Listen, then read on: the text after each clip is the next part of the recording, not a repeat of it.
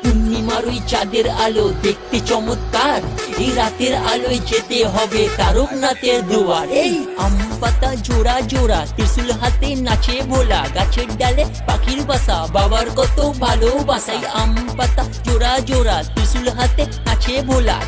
Guys, Sheoraphuli station থেকে বেরোলেই তোমরা এই জায়গাটা দেখতে পাবে। এই রাস্তাটার পুরো চারপাশেই বিভিন্ন ছোট ছোট দোকান রয়েছে, যেখানে মানে ঘট পাওয়া যাচ্ছিলো, বাঁক পাওয়া যাচ্ছিলো এবং বাঁক সাজানোর বিভিন্ন জিনিসও পাওয়া যাচ্ছিলো। তো তোমরা ওখানেই বাঁক কিনতেও পারো এবং ওখানে সাজাতে বললে ওরা সাজিয়ে দেবে। তো আমরা ঘট কিনে নিচ্ছিলাম আমাদের জন্য। এই পুরো রাস্তাটা জুড়ে প্রচণ্ড ভিড় ছিল। তারপর গাইস আমরা গেলাম ঘাটে।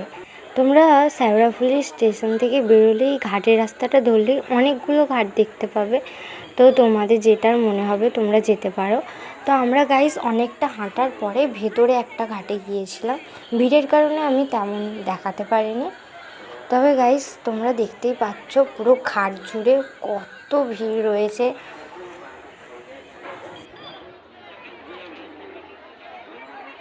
গাইস তারপরে আমরা জল তোলার পরে ঘাটের এই যে এই সাইডটাতে আমরা ঘট বেঁধে নিচ্ছিলাম।